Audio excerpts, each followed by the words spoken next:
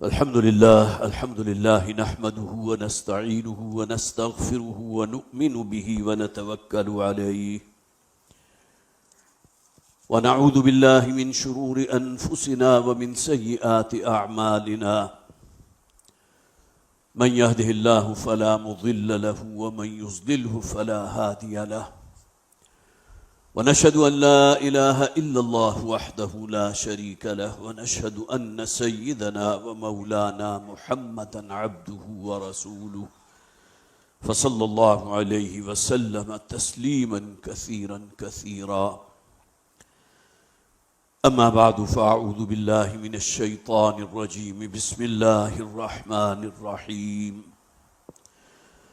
شهر رمضان الذي أنزل فيه القرآن هدى للناس وبينات من الهدى والفرقان صدق الله العظيم رب اشرح لي صدري ويسر لي أمري واحلل عقدة من لساني يفقهوا قولي اللهم ألهمنا رشدنا وأعذنا من شرور أنفسنا آمین یا رب العالمین۔ حضرات، اس ماہ مبارک کو شروع ہوئے 18 دن بیت چکے ہیں۔ آج 18واں روزہ ہے اور ہم عشرہ مغفرت کے بالکل آخر پر ہیں۔ میں نے پچھلی مرتبہ عرض کیا تھا کہ نبی اکرم صلی اللہ علیہ وسلم کی ایک بہت ہی خوبصورت حدیث، جس کے آخر میں حضور نے فرمایا اولہ رحمت وَأَوْسَطُهُ مَغْفِرَةٌ وَآخِرُهُ عِتْقٌ مِّنَ النَّارِ۔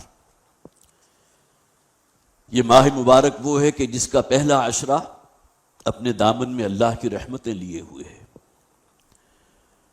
دوسرا عشرہ شان مغفرت کا حامل ہے، اور تیسرا عشرہ تو ان لوگوں کے لیے بھی نوید جاں فضا ہے کہ جو اپنی گردن تک گناہوں کی دلدل میں دھنسے ہوئے ہوں، اللہ تعالیٰ ان کے تمام گناہوں کو معاف فرما دے گا۔ لیکن شرط ساتھ جو ہے، جو ہمارے ذہن میں رہنی چاہیے، صدق دل سے توبہ کی جائے۔ نبی اکرم صلی اللہ علیہ وسلم نے فرمایا التائب من الذنب کمن لا ذنب لہ، گناہوں سے توبہ کرنے والا ایسا ہوتا ہے گویا کہ اس نے وہ گناہ کیا ہی نہیں تھا۔ اسی طرح حضور کی ایک اور حدیث ہے جس کا مفہوم یہ ہے کہ اگر کسی شخص کے دامن میں، دامن اعمال میں کوہ احد جتنے گناہ بھی ہوں تو بھی اللہ تعالیٰ کی شان غفاری، صدق دل سے توبہ کرے، اللہ تعالیٰ تمام گناہوں کو معاف فرمائے گا۔ پچھلی گفتگو کا اصل حاصل یہ تھا کہ ماہ رمضان اور قرآن حکیم کے درمیان جو باہمی تعلق ہے، سورہ بقرہ کی وہ طویل آیت ہے، اس کا پہلا حصہ بھی میں نے آپ کو سنایا ہے، شہر رمضان الذی انزل فیہ القرآن۔ رمضان کا مہینہ وہ ہے جس میں قرآن نازل کیا گیا، اور تفصیلاً میں نے عرض کیا تھا کہ دن کا روزہ ان تمام آداب کو اور ان تمام کنڈیشنز کو ملحوظ خاطر رکھتے ہوئے جو روزے کے تقاضے ہیں، تقوی موجود ہو، گناہوں اور معصیت سے نکلنے کا جذبہ موجود ہو، اور اس کے ساتھ رات کے اوقات میں پھر قرآن حکیم کے ساتھ ایک تعلق مضبوط کیا جائے، تاکہ ہماری روح جو کہیں سسک رہی ہے، بہت کمزور پڑ چکی ہے، بہت ضعیف ہو چکی ہے، اسے موقع مل سکے اور وہ اپنے خالق اور مالک اپنے رب کی طرف متوجہ ہو سکے، جسے آپ کہتے ہیں کہ انوار و تجلیات قرآن ہیں کہ جن کی شاورنگ ہو انسان کے قلب پر۔ یہی وجہ ہے کہ رمضان کا یہ دو آتشہ پروگرام، دن کا روزہ جس کا اصل حاصل تقوی، اور رات کے اوقات میں قرآن حکیم کے ساتھ اپنے تعلق کو مضبوط سے مضبوط تر کرنا۔ کوئی شخص بھی اس کا دعویٰ نہیں کر سکتا کہ میں نے قرآن حکیم کے حوالے سے جو ذمہ داریاں مجھ پر عائد ہوتی تھیں ان کو کما حقہ ادا کر دیا، ممکن نہیں ہے۔ اور آج جو حدیث انشاءاللہ ہم پڑھیں گے، اور میرا یہ معمول رہا ہے ہمیشہ سے کہ کم سے کم سال میں ایک مرتبہ یہ یاد دہانی اور یہ نصیحت جو ہے، جو نبی اکرم صلی اللہ علیہ وسلم کی ایک خوبصورت خطبے کی شکل میں ہمارے پاس موجود ہے، اس ماہ مبارک کی مناسبت سے قرآن حکیم کی جو مدح فرمائی ہے نبی اکرم صلی اللہ علیہ وسلم، وہ حدیث میں آپ کے سامنے رکھ دوں۔ وقت چونکہ ہمارے پاس بہت محدود ہوتا ہے، لہٰذا کوشش کروں گا کہ اسی ایک نشست میں ہم اس حدیث کا مطالعہ کر لیں۔ عن علی رضی اللہ تعالی عنہ، اب یہ فرامین ہیں محمد رسول اللہ صلی اللہ علیہ وسلم کے، لہذا جیسے کہ کہا جاتا ہے قرآن بھی موجود ہے وَإِذَا قُرِئَ الْقُرْآنُ فَاسْتَمِعُوا لَهُ وَأَنصِتُوا، جب یہ قرآن پڑھا جائے اور اس کی آواز تمہارے کانوں میں آئے تو فوراً خاموش ہو جاؤ اور توجہ کو مرتکز کر کے اس بات کو سنو۔ تمہارا رب تم سے چاہتا کیا ہے، اس کا پیغام کیا ہے، اس کا تقاضا کیا ہے، کن چیزوں کو چاہتا ہے کہ اس کو ترک کر دو، چھوڑ دو، اور وہ کون کون سی چیزیں ہیں کہ جس کے لیے رب حکم دیتا ہے اس پر آگے بڑھو۔ وَفِي ذَلِكَ فَلْيَتَنَافَسِ الْمُتَنَافِسُونَ، یہ شاہراہ جو ہے یہ تقویٰ کی یہ کھلی ہے، اس میں جتنا آگے بڑھ سکتے ہو بڑھو۔ فَاتَّقُوا اللَّهَ مَا اسْتَطَعْتُمْ۔ تو حضرت علی رضی اللہ تعالیٰ عنہ راوی ہے اس حدیث کے، اور یہ حدیث کتب احادیث میں سے 3 ہیں کہ جن کے اندر موجود ہے، ترمذی میں موجود ہے، دارمی میں موجود ہے، مسند احمد میں الفاظ کے کچھ اضافے کے ساتھ موجود ہے، اور امام بیہقی بھی اس کو اپنی شعب الایمان میں لے کر آئے۔ لہذا پوری توجہ سے اب ان الفاظ کو سنیے جو نبی اکرم صلی اللہ علیہ وسلم نے فرمائے۔ اگرچہ سیاق و سباق میں جو بات یہاں سب سے شروع میں ہمارے سامنے آئے گی اس میں معلوم ہوتا ہے کہ نبی اکرم صلی اللہ علیہ وسلم نے خطبہ ارشاد فرمایا تھا جس میں حضرت علی رضی اللہ تعالیٰ عنہ بنفس نفیس موجود تھے، لہٰذا یہ ایکسیپشنل الفاظ اس حدیث کے شروع میں آپ کو ملیں گے۔ قال انی سمعت رسول اللہ صلی اللہ علیہ وسلم، حضرت علی فرماتے ہیں کہ میں نے خود سنا نبی اکرم صلی اللہ علیہ وسلم کو یہ فرماتے ہوئے، یقول، حضور نے فرمایا، انہا ستکون فتنۃ، لوگوں ان قریب ایک بہت بڑا فتنہ رونما ہونے والا ہے۔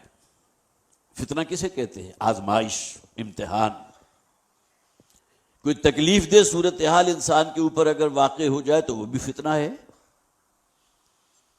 اگرچہ یہی اصطلاح قرآن حکیم نے مال اور اولاد کے لیے بھی استعمال کی، نوٹ کیجئے، 2 مقامات ہیں قرآن کے، انما اموالکم و اولادکم فتنہ، لوگوں تمہارے اموال اور تمہاری اولاد تمہارے لیے فتنہ ہے، اسی سے تم پرکھے جاؤ گے، یہی کسوٹی ہے جس کی بنیاد پر معلوم ہوگا کسی شخص کے بارے میں کہ آیا یہ شخص طالب دنیا ہے یا طالب عقبہ ہے، صرف دنیا ہی اس کے پیش نظر ہے یا کوئی آخرت کا جواب دہی کا محاسبہ اخروی کا احساس بھی اسے دامنگیر ہے۔ یہ 2 چیزیں، اموال اور اولاد۔ تو حضور نے فرمایا انہا ستکون فتنۃ، لوگوں ایک بہت بڑا فتنہ ان قریب آنے والا ہے۔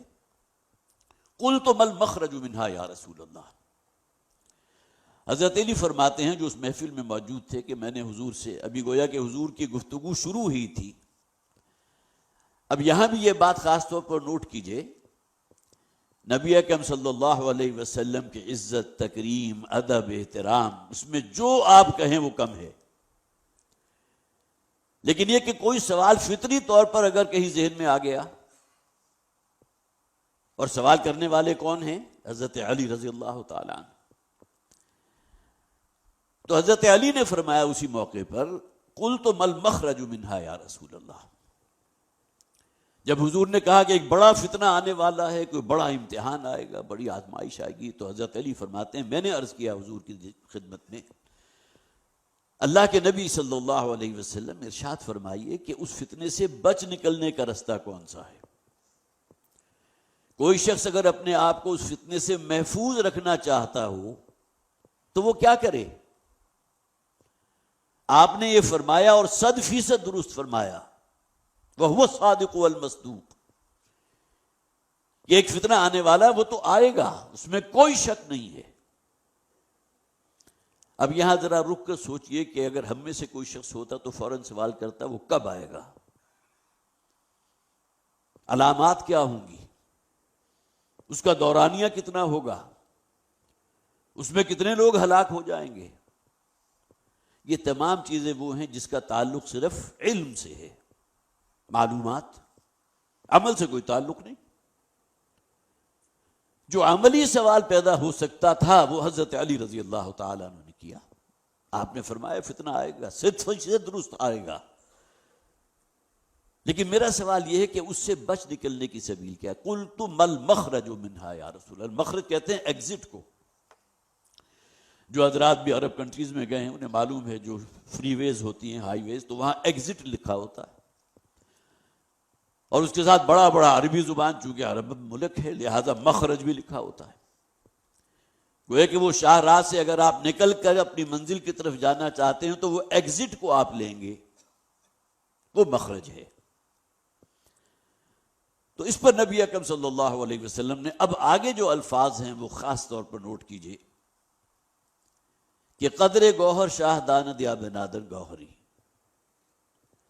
کسی ہیرے کی، کسی قیمتی پتھر کی اصل ویلیو جو ہے اس کی اسیسمنٹ یا تو کوئی جوہری کرتا ہے یا یہ کہ کوئی بادشاہ ہوگا کہ جس کا ہیروں میں اور قیمتی پتھروں میں اٹھنا بیٹھنا ہو، اسی کی آرائش کا وہ بندوبست کرتا ہو. کوئی قیمتی سے قیمتی، کوہ نور ہیرا، اس کی کیا ویلیو ہوگی اندازہ لگائیے. لیکن کسی عام انسان کے نزدیک تو شیشے کا ایک ٹکڑا ہے، اس سے زیادہ تو نہیں. تو قرآن حکیم کی عظمت ہے کیا؟ یا تو اللہ کے علم میں ہے یا محمد رسول اللہ صلی اللہ علیہ وسلم جن پر یہ قرآن نازل ہوا. قدر گوہر شاہ داند یا بداند گوہری. اب نبی اکرم صلی اللہ علیہ وسلم جن پر یہ قرآن حکیم نازل ہوا تھا اب وہ مدح فرما رہے ہیں، قرآن کی عظمت بیان کر رہے ہیں اپنی زبان سے. قرآن میں تو بے شمار آیات آپ کو مل جائیں گی نا. لو انزلنا هذا القرآن على جبل لرأيته خاشعا متصدعا من خشیۃ اللہ. اگر اللہ تعالیٰ اس قرآن کو کسی پہاڑ پر نازل کر دیتا تو تم دیکھتے وہ اللہ کے خوف اور خشیت کی وجہ سے پھٹ جاتا. قرآن نے تو بیان کر دیا. یہ گویا کہ عظمت قرآن ہے، قرآن کی اپنی زبانی. لیکن اب جو الفاظ آپ سنیں گے وہ ہے مدح قرآن بزبان محمد رسول اللہ صلی اللہ علیہ وسلم. قال کتاب اللہ. حضرت علی رضی اللہ تعالیٰ عنہ کے اس سوال پر حضور نے فرمایا اگر اس فتنے سے بچنا چاہتے ہو جس کی خبر میں نے تمہیں دی تو اس کا صرف ایک ہی ذریعہ ہے اور وہ ہے اللہ کی کتاب. قال کتاب اللہ. اپنے آپ کو محفوظ رکھنا چاہتے ہو اس فتنے سے، اللہ کی کتاب سے چمٹ جاؤ، اس پر عمل پیرا ہو جاؤ، اللہ محفوظ رکھے گا تمہیں. قال کتاب اللہ فیہ نبأ ما قبلکم. اس کتاب کو پڑھو، اس میں تم سے پہلی اقوام کے قصے موجود ہیں جس کے بارے میں مشرکین عرب نے کہا تھا بہت ہی استہزائی انداز میں قرآن کیا ہے، یہ تو کوئی کہانیاں اور قصے ہیں اور کیا ہے. حضرت صالح علیہ السلام کا قصہ ہے، حضرت ہود علیہ السلام کا قصہ ہے، حضرت یوسف کا پوری صورت موجود قرآن حکیم میں. سورہ یونس موجود ہے، سورہ ہود موجود ہے، انبیاء اور رسول کے نام ہیں ان کے ناموں پر پوری صورتیں موجود ہیں. لیکن وہ کیا کہتے تھے کہ قرآن تو قصہ گوئی ہے، قرآن پڑھو اس میں تم سے پہلے لوگوں کے حالات ہیں. کیوں قرآن نے بیان کیے؟ بطور نشان عبرت کہ وہ قومیں تھیں جن کی طرف اللہ تعالیٰ نے اپنے اولو العزم من الرسل میں سے وہ رسول ہیں جو بھیجے. حضرت نوح علیہ السلام، حضرت ابراہیم علیہ السلام، حضرت صالح علیہ السلام، حضرت موسیٰ علیہ السلام. کیسے کیسے انبیاء ہیں. لیکن قوم کا رد عمل کیا تھا؟ عظیم اکثریت اس قوم کی وہ تھی جنہوں نے رسول کی دعوت کو رد کر دیا. نتیجہ کیا نکلا؟ پھر اللہ تعالیٰ نے اپنے عذاب کا کوڑا برسایا ان پر. تو گویا کہ قرآن حکیم میں جو تم سے پہلے اقوام کے قصے یا ان کا ذکر موجود ہے وہ نشان عبرت کے طور پر ہے کہ ہوشیار ہو جاؤ. اگر تمہارا طرز عمل بھی وہی رہا اور تم نے رسول اور قرآن کی بات پر کان نہیں دھرا، اسے قبول نہیں کیا، تو اندیشہ ہے کہ تمہارے اوپر اسی طرح اللہ کے عذاب کا کوڑا برسے گا جیسا کہ پچھلی قوموں پر برسا تھا۔ فیہ نبأ ما قبلکم وخبر ما بعدکم، صرف یہی نہیں ہے بلکہ تمہارے بعد میں آنے والے احوال و واقعات بھی قرآن میں موجود ہیں۔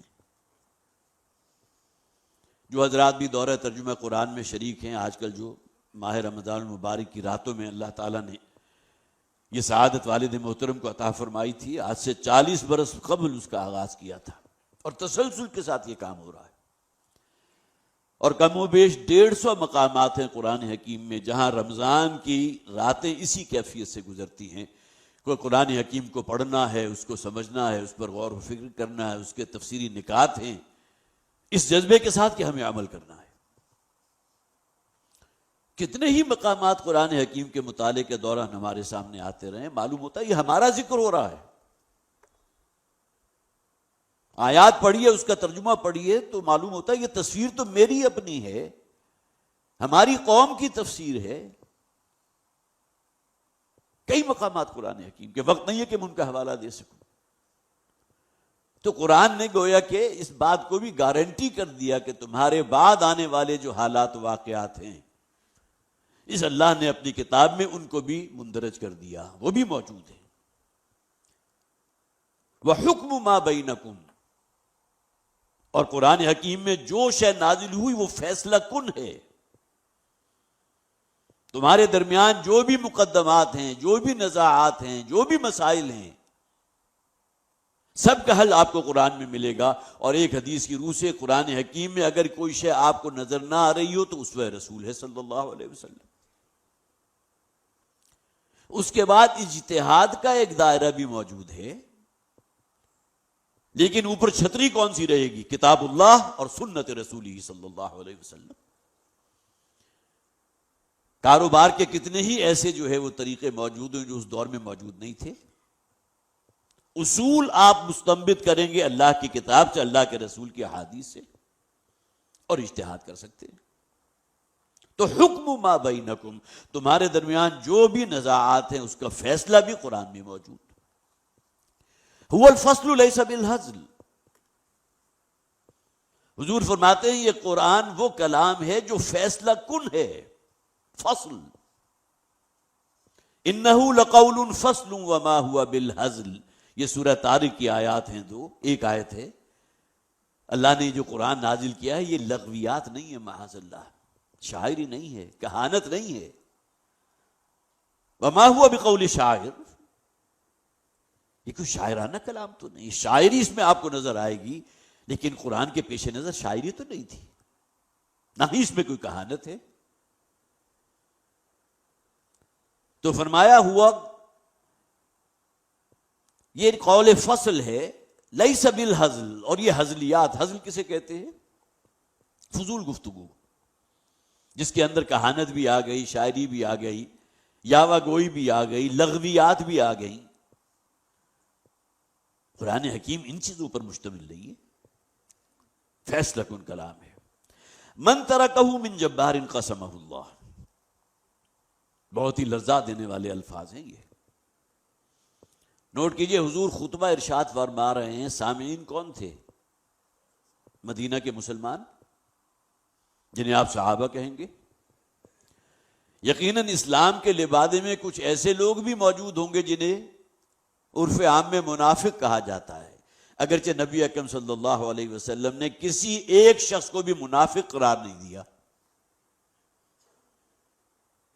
اور تاریخ گواہ ہے کہ عبداللہ ابن ابی جو رئیس المنافقین تھا، اس کی نماز جنازہ بھی حضور نے پڑھائی۔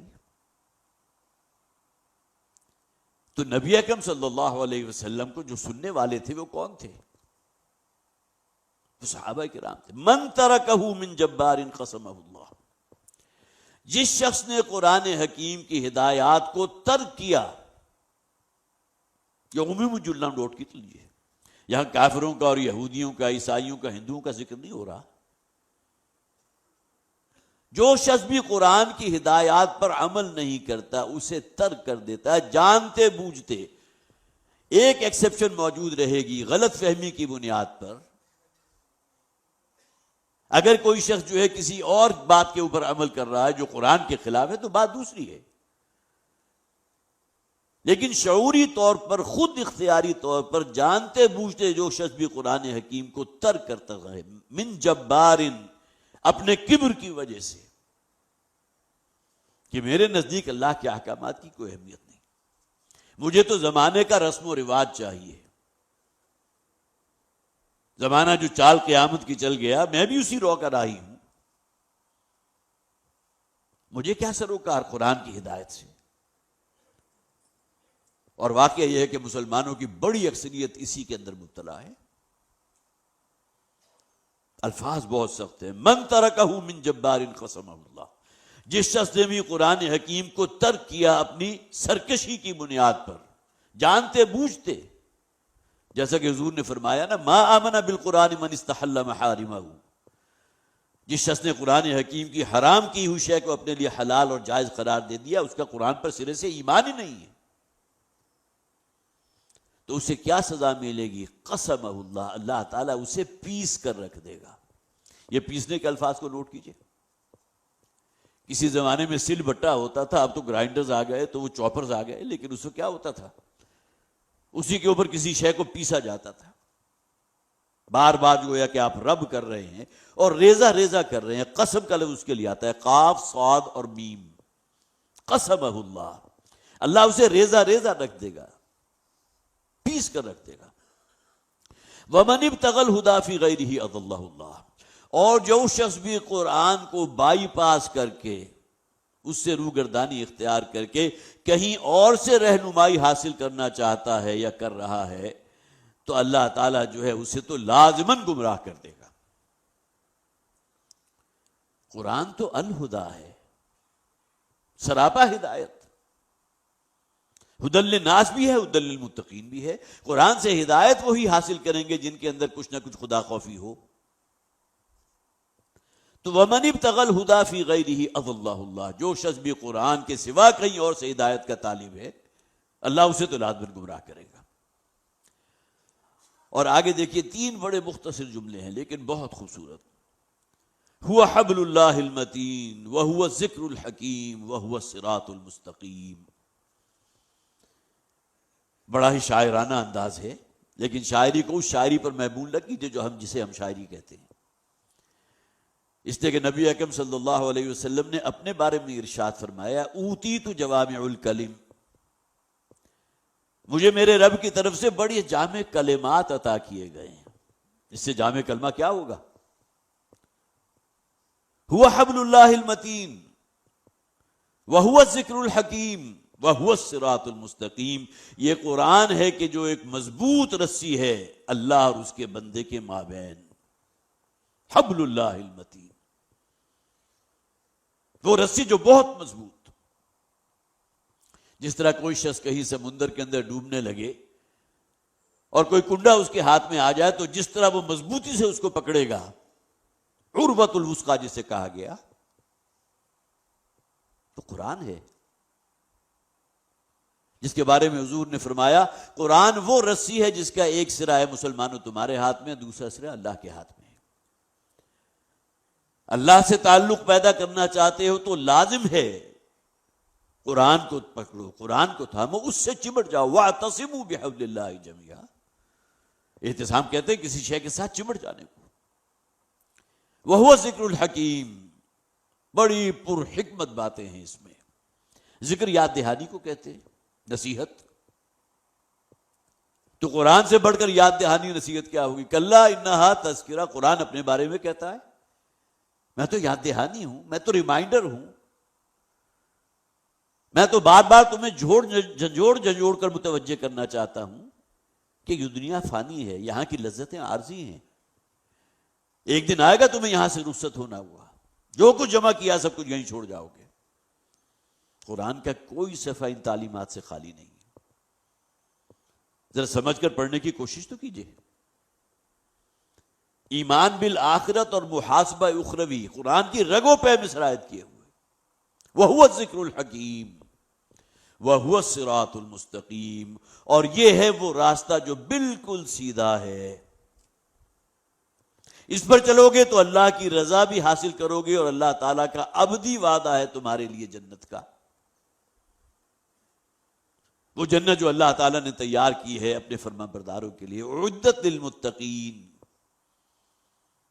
گناہوں سے بچنے والوں کے لیے، حرام کا ارتکاب کرنے والے سے بچنے والوں کے لیے۔ وَهُوَ الصِّرَاطُ الْمُسْتَقِيمُ هُوَ الَّذِي لَا تَضِيعُ بِهِ الْأَهْوَاءُ۔ دیکھیے قرآن حکیم کا ایک اور وصف آ گیا۔ اگر قرآن انسان کے اندر سرایت کر جائے، اس کے دل میں گہرا اتر جائے، تو یہ شخص کبھی اپنے نفس کی بندگی میں مبتلا نہیں ہو سکتا۔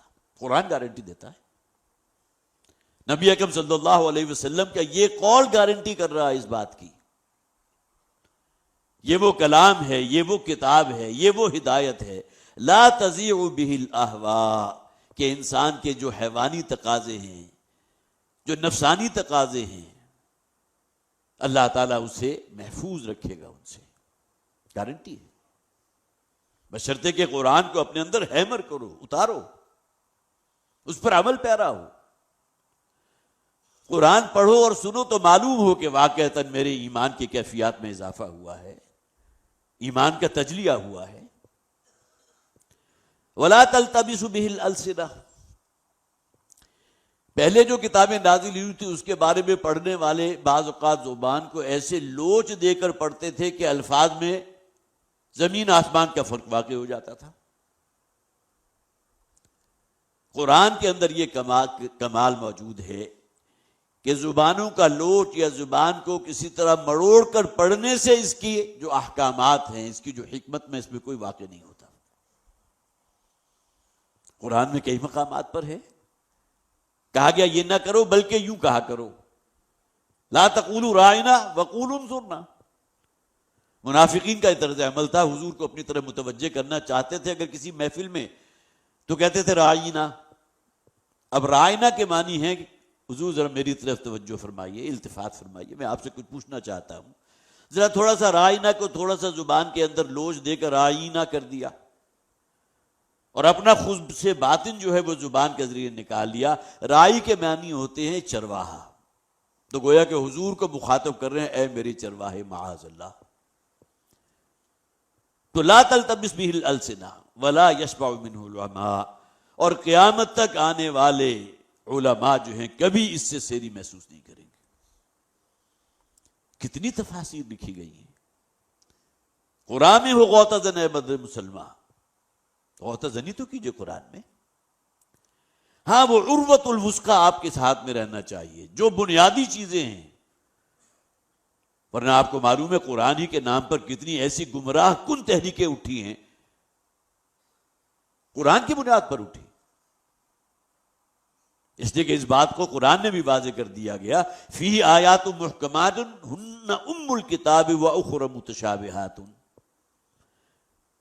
اس قرآن حکیم میں وہ آیات ہیں کہ جو اصل بنیاد ہیں دین کی، محکم ہیں، اور ایسے مقامات بھی ہیں جہاں اشتباہ موجود ہے۔ جن لوگوں کے دلوں میں مرض ہوتا ہے، کھوٹ ہوتا ہے، کوئی روگ ہوتا ہے، تو وہ ان مقامات کو کیچ کرتے ہیں اور وہاں سے اپنی دکان آگے چلاتے ہیں۔ کتنی مثالیں اس میں آپ دیکھ سکتے ہیں۔ وَلَا يَخْلُقُ عَنْ كَثْرَةِ الرَّدِّ، اور یہ قرآن وہ کتاب ہے کہ بار بار کے پڑھنے سے بھی پڑھنے والے پر کبھی کوئی بوسیدگی طاری نہیں ہوتی۔ بہت بڑا معجزہ۔ اب بھی کتنے لوگ ایسے موجود ہیں جو روزانہ ایک پارے کی تلاوت کرتے ہیں، سینکڑوں مرتبہ قرآن پڑھ چکے،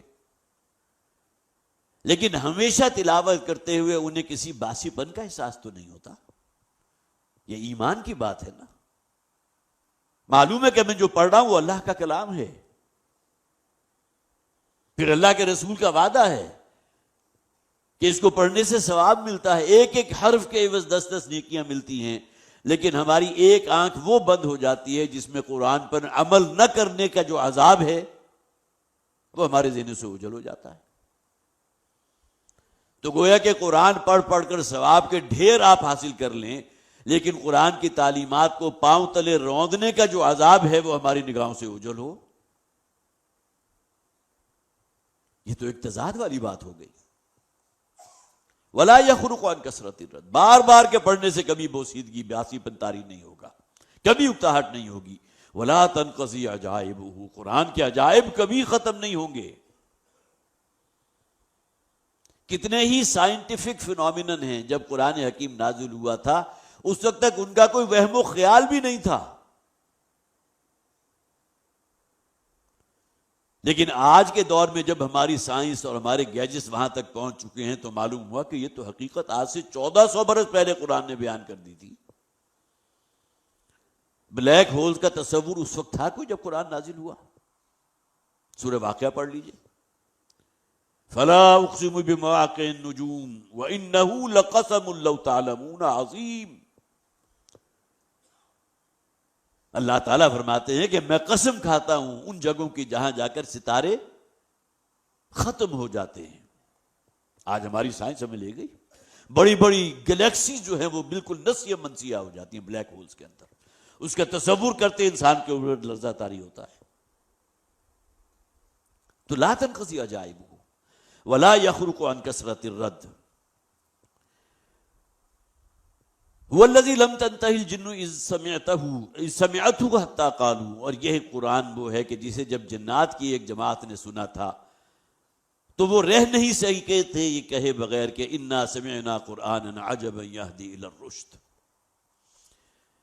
یہ سفر طائف سے جو واپسی کا واقعہ تھا، جبکہ حضور بھی زخموں سے بالکل جسے آپ کہیے لہو رہان تھے، تو ایک مقام پر آپ نے جو ہے نماز ادا کی، غالباً نماز فجر تھی، آپ قرآن کی تلاوت کر رہے تھے، تو جنوں کی ایک جماعت اوپر سے گزر رہی تھی۔ تفاسیر کا مطالعہ کیجئے، تفصیل سے آپ کو واقعہ مل جائے گا، مستند احادیث موجود ہے اس واقعے کے ضمن میں، اور بے ساختہ انہوں نے کہا تھا آج ہم نے وہ کلام سنا ہے، انا سمعنا قرآنا عجبا یہدی الی الرشد فآمنا بہ، وہ کلام کے جو ہدایت اور وہ سیدھا راستہ جو ہے اس کی رہنمائی کرتا ہے، ہم فوراً اس پر ایمان لے آئے۔ اور یہ روایات میں ہیں کہ وہ پھر جا کر نہ صرف یہ کہ قرآن پر ایمان لائے، بلکہ جا کر اپنی وادیوں میں جنات کے اندر انہوں نے پھر دعوت و تبلیغ کا کام بھی شروع کر دیا، جس کا ذکر جو ہے قرآن میں ایک اور مقام پر موجود ہے۔ اور پھر آخری الفاظ نوٹ کیجئے اس طویل حدیث کے، من قال بہ صدقہ، جس شخص نے کہا قرآن کی بنیاد پر اس نے سچ کہا۔ اپنا فلسفہ ہے، اپنی منطق ہے، اپنے اصول ہیں، کوئی زمانے کے فرسودہ خرافات بھی ہیں، کوئی فلسفے بھی ہیں، لیکن جہاں کوئی شے قرآن کی بنیاد پر کہی جا رہی ہو، صدقہ، اس نے سچ کہا۔ من قال بہ صدقہ، جس نے قرآن کی بنیاد پر بات کی اس نے سچ کہا۔ ومن عمل بہ اجر، اور جس نے قرآن کی ہدایت پر عمل کیا اس کا اجر اللہ کے ہاں محفوظ۔ اجرا کے معنی کیا؟ اسے اجر دے دیا گیا، اس کے لیے نوید ہے۔ ریاکاری نہ ہو، اپنی علمیت کی، اپنے علم کی دھونس جمانا مقصود نہ ہو، خلوص ہو، للہیت ہو۔ خیرکم من تعلم القرآن وعلمہ، وہ لوگ جو قرآن کا علم حاصل کرتے ہیں اور دوسرے لوگوں تک قرآن کی تعلیمات پہنچاتے ہیں، وہ گلے سرسبد ہے اس نوع انسانیت کے، بہترین لوگ ہیں وہ۔ ومن حکم بہ عدل ومن دعا الیہ ہدی الی صراط مستقیم، اور جس شخص نے فیصلہ کیا قرآن کے مطابق اس نے عدل سے کام لیا۔ کلام کس کا ہے؟ وہ ذات جو سراپا عدل ہے، جو نظام اس نے قرآن کے اندر دیا ہے، نظام عدل و قسط، وہ اس ذات کا دیا ہوا ہے جو انسان کے فطرت کا سب سے بڑھ کر جاننے والا ہے۔ انسان کی خیر کس رستے میں ہے، کیا چیز اسے سجیسٹ کی جا سکتی ہے، وہ تو ہمارے رب کو معلوم ہے نا۔ من حکم بہ عدل ہے، جس نے فیصلہ کیا قرآن کی بنیاد پر اس نے عدل سے کام لیا۔ ومن دعا الیہ ہدی الی صراط مستقیم، اور جس شخص نے قرآن کی طرف لوگوں کو دعوت دی کسی فرقے کی طرف نہیں، کسی مسلک کی طرف نہیں، صرف قرآن کی طرف۔ ہاں، قرآن کی طرف دعوت دینے کی بنیاد پر جو لوگ جمع ہوئے گئے ہوں انہیں کسی نظم کے اندر ڈالنا وہ ایک سیکنڈری بات ہے، لیکن کوئی شخص انفرادی طور پر بھی اگر یہ کام کر رہا ہے، من دعا الیہ ہدی الی صراط مستقیم، تو اللہ تعالیٰ کی طرف سے گارنٹی ہے یہ شخص وہ ہے جسے اللہ تعالیٰ لازماً صراط ہدایت پر رکھے گا۔ اس سے بڑی خوشخبری کیا ہوگی؟ لیکن جیسا کہ میں نے کہا یہ کنڈیشنل ہے، بات قرآن کی جا رہی ہے اور اپنے علمی دھاگ بنانا مقصود ہو، شروع کی بات قرآن کی بنیاد پر اور لے گئے اپنے کسی خاص فرقے کی طرف، تو یہ شاید جو ہے وہ کسی درجے میں بھی ظاہر ہے قابل قبول نہیں ہے۔ تو یہ طویل حدیث ہے کہ جس کا ہم نے آج مطالعہ کیا ہے، اور میرے پیش نظر تھا کہ اب ماہ رمضان جو ہے اب اس کی بس آخری عشرہ باقی ہے، یا یہ کہ ابھی دوسرے عشرے کی 2 راتیں اور باقی ہیں، تو ہمیں چاہیے کہ ہم اپنے آپ کو دیکھیں کہاں کھڑے ہیں، قرآن حکیم کے جو حقوق ہم پر عائد ہوتے ہیں اسے پڑھیں، روزانہ کی تلاوت اپنی زندگی کا جز بنائیں، اور پڑھتے ہوئے براہ کرم کسی ترجمے اور تفسیر کو بھی اپنے پیش نظر رکھیے، اور اس کے بعد جو چیز آپ کی سمجھ میں آئے اس پر عمل کرنے کے لیے کمر ہمت کس لیں، اگرچہ آسان کام نہیں ہے۔ سب سے بڑا ہمارا دشمن ہمارا نفس ہمارے اندر موجود ہے نا، وہ گناہوں کی طرف کھینچتا ہے۔ یہ بیسک اینیمل انسٹنکٹس ہیں کہ جو انسان کو پستی کی طرف لے کر جاتے ہیں، لیکن عزم اور ارادہ اگر ہو اور انسان صراط مستقیم پر چلنا چاہتا ہو اور اپنے رب کے حضور خلوص دل سے جو طالب ہو ہدایت کا، تو اللہ تعالیٰ اسے لازماً ہدایت سے سرفراز فرمائے گا۔ بارک اللہ لی ولکم فی القرآن العظیم ونفعنی وإیاکم بالآیات والذکر الحکیم۔